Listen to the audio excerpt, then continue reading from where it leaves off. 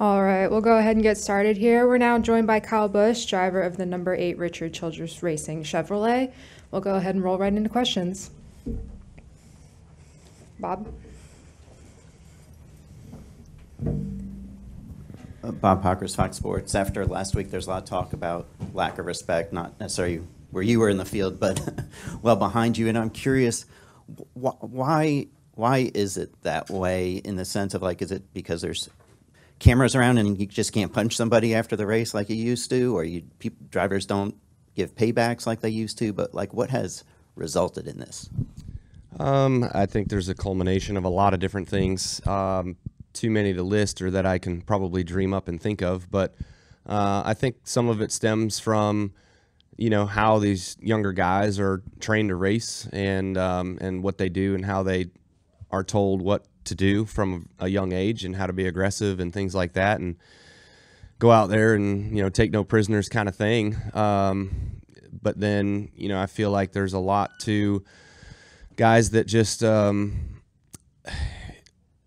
I don't know. I mean, a lot of them are, it's crazy because a lot of them are friends off the track too, and then they're running over each other on the track, and even teammates are running over each other. So it's just, I guess there's just not enough payback per se, even though you kind of look at Denny and the Chastain thing, and they've continued to go back and forth a few times.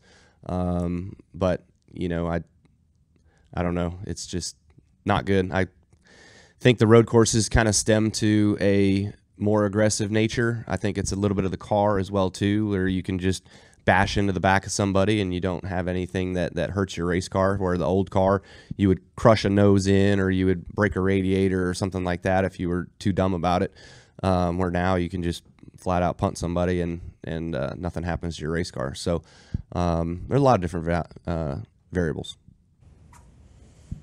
All right, we'll go right back here to Jordan and then Mike.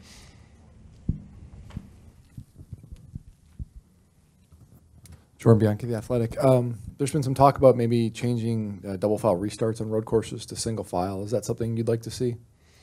I mean, we talked a lot about, I think, respect and stuff like that last year at Indy. Indy road course is super terrible for it, just because you have that long straightaway where we're all bunched up 2 by 2, and then you fan out 4 wide, and then you got to come down into 2 wide or even single wide trying to get through turn 1 and turn 2. But same kind of thing happens at Coda, the Chicago road course. Who knows the hell's going to happen there? If somebody gets turned sideways in one corner, it's going to be a track block, and so that's going to be interesting. So I mean, single files, I for Chicago, I think there's no question you can't go without it, that you have to go single file. But it would probably help a little bit. Just spread some out. You're still going to get guys that dive bomb and go 3 wide if they're at least relatively close enough, because the car allows you to do that, right? The car allows you to take that chance of throwing it in on somebody and just knocking into them, and you don't care. The second question is about the Hendrick penalties. This week, the appeals panel said that Hendrick did something to the Luivers, but they also did give some of the penalties back to the Hendrick, and mainly the points. And your reaction to that? Yeah, I don't know. The precedent was set early on with this car and in the meetings that we had with NASCAR about not messing with stuff and taking it pretty seriously. Last year, a few guys got busted and they had all their stuff upheld. So, for it to not be completely upheld this time around, I think shows a break in the system. And, I guess it's a matter of what you think you can get away with or how you build your case, how good your lawyers are. More money, more lawyers, better lawyers. Mike Hembry, NBC. You mentioned Indianapolis. The first turn there last year was bordered on crazy repeatedly. Is there a solution to that, or is that among the reasons that the oval would be better there? Yeah, I mean, I think the solution could obviously be single file restarts. I think the solution also could be that when you leave, I don't know what the turn is. I think turn 13 is the sweeper before the front straightaway. So 12, if between 12 and 13, if the leader was allowed to leave there and start building speed, you're still going to have the tail of the field that's braking getting into turn 10 and have to come through that S section before getting onto the front stretch. So like to me, that could be a solution where you're going to break up, the field a little bit and get some separation, so then you don't have as much calamity. Would you prefer going back to the oval? Yeah, I don't know why we ever went to the road course, to be honest with you. I don't think it really did an uptick or changed a damn thing in Indy. If we can't do a good enough job getting enough people to Indy to suffice us staying on the oval, then we need to go somewhere else. Just like anywhere. I'll say that about any track. All right, we'll come right up front here. Hank Kurz with AP. You'd obviously like to win every race, but failing that, how important is it for the sport and fan interest, especially that Ford and Toyota have finally won too? Yeah, I mean, parity's always good, right? Last year we had 19 different winners, every manufacturer, obviously, and I think the guy who won the most races was it 4 or 5 races that they won? So, that it's been a while since it's been that few of races won by the top winner of the series. Typically, you see 7, 8, 9, 10 races of a guy who wins, but it just showed good parity, and I feel like a lot of that has more to do with this next gen race car than it does the manufacturers. But they're all working hard and doing the best they can with what they got, and we continue to build on what our program is at RCR with Chevrolet. So hopefully we can keep heading in the right direction. In a lot of sports, people talk about parity like it's a terrible thing. Is it a good thing in racing? Well, if you look at F1, I don't think there's much parity. So you could argue that where, you turn on NASCAR races and you kind of don't really know who's going to win each week. You know who's good at particular racetracks, and sometimes those guys, myself, will only win one race a year, so they're not winning every single week, where you turn on an F1 race and you're just wondering if anybody's going to beat Red Bull right now. It was Mercedes. So there's obviously a distinct difference between our two series. We'll go over to Dustin. Dustin Long, NBC Sports. In talking about the lack of respect, you talked last week about Tyler Reddick and saying, hey, you hadn't had any issues with him, you raced him clean. What is it that he has done or what you guys have been able to do where you haven't had those issues, in the sense of what do you see out of the respect? What is he showing that you are not seeing potentially out of other people that are young drivers as well? Yeah, I mean, I think that for me and Reddick, we've raced around each other and we've always been cordial with each other and given each other room. And, if you lay on a guy just a little bit, whatever, no big deal, give benefit of the doubt. But, you haven't had guys that just flat out run over you. So Reddick was one of those. And so you kind of remember those. There's a few others that are on the opposite end of the spectrum that if it would have been them in front, you throw it off in there and you don't care if it sticks. You'd rather you stick and they don't.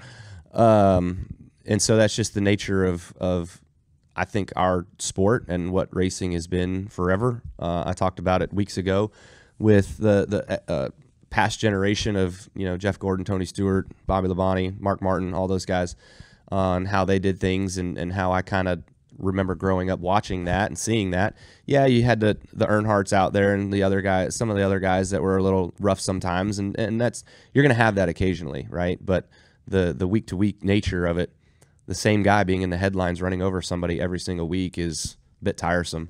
I remember Ernie Irvin back in the day, who obviously did a little bit of that and had to come to Jesus meeting with the whole garage area of basically admitting his mistakes. But you're never going to see that in this day. I'm also curious on a different topic in terms of social media. Obviously, you can get your word out in a lot of different forms. Obviously, a lot of news coming out about Twitter potentially or looking at taking away the blue check, the verified marks for people. I know you can get your message out on Instagram and Facebook, but obviously you do a lot through Twitter. Is that something, one, that you're looking at keeping the blue check and paying for it? And if not, does it change potentially how you might interact with fans or give some of your messaging because without the blue check, there may be some things where your message may not be seen as much. This sounds like a politic question. I'm not into that thing. Yeah, that's not good. Why? Twitter's not a good thing anyways, but why ruin a good thing?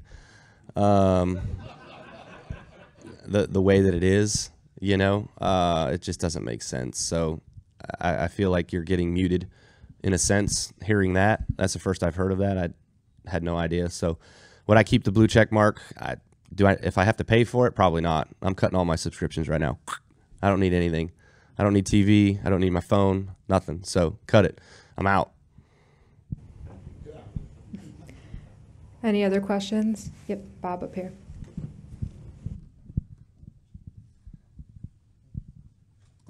Bob Hockers, Fox Sports. We often ask you about racing teammates, and is it any different? But I'm curious in the Ross and Danielle situation coming, is it any different on how you mend fences with teammates than non-teammates?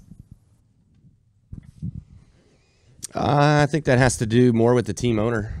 When I had an issue with Jeff Gordon a long time ago, Rick brought us in and sat us down and we talked.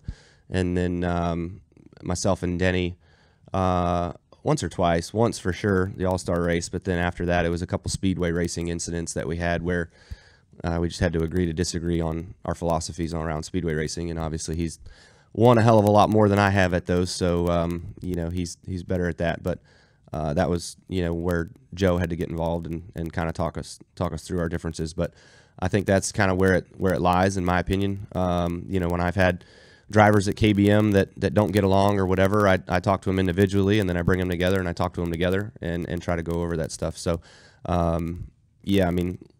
last week looking at it, the Suarez incident, just the replay that I saw, I didn't go back and watch, but Chastain dove it in like anybody would and ran into the back of a guy who ran into the back of Suarez, so it wasn't maliciously intent to,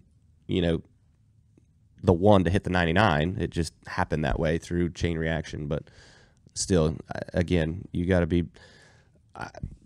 Maybe I hit somebody with my front end when I got into the corner, but I think you can do a pretty good job of knowing where your stuff's at. Maybe he needs glasses. I don't know. I started wearing them this year. I see way better.